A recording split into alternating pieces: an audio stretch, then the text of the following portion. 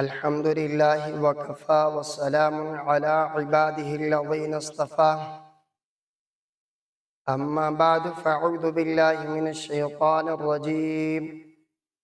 بسم الله الرحمن الرحيم وقال تبارك وتعالى في القرآن المجيد والفرقان الحميد وآمنوا بما نزل على محمد وهو الحق من ربهم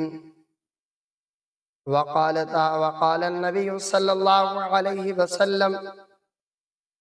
الكيس من دار نفسه وعمل لما بعد الموت والعاجز من أتبع نفسه هواها وتمنى على الأماني أو كما قال عليه الصلاة والسلام۔ میرے عزیز و دوستو بزرگو، سب سے پہلے تو اللہ تعالیٰ کا شکر ادا کریں کہ اللہ تعالیٰ نے ہمیں اور آپ کو اپنے اس کلام کے پڑھنے اور سننے کی توفیق عطا فرمائی ہے۔ تو اللہ جل جلالہ امن والہ اپنے حبیب کریم صلی اللہ علیہ وسلم اور اللہ تعالیٰ پیغمبر صلی اللہ علیہ وسلم کی بشارات کو صرف قرآن کے اندر نہیں، توریت انجیل کے اندر نہیں، زبور کے اندر اللہ پاک نے حضور کے اوصاف کو، بشارات کو بیان کیا۔ اللہ تعالیٰ نے پیغمبر صلی اللہ علیہ وسلم کی بشارات کو انجیل کے اندر بیان کیا۔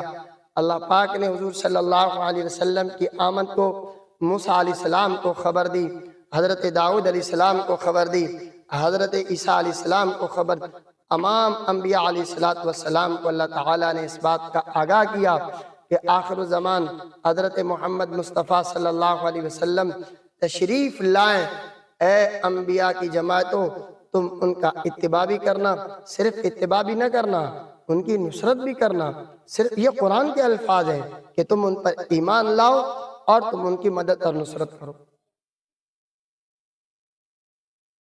آمنوا بما نزل علی محمد،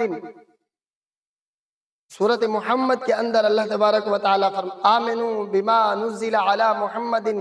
ایمان لاؤ جو محمد صلی اللہ علیہ وسلم پر نازل کیا گیا، علی محمد، محمد صلی اللہ علیہ وسلم پر، وَهُوَ الْحَقُّ مِن رَبِّهِمْ، اور یہ تمہارے پروردگار کی طرف سے حق اور سچ ہے، یہ تمہارے رب کی طرف سے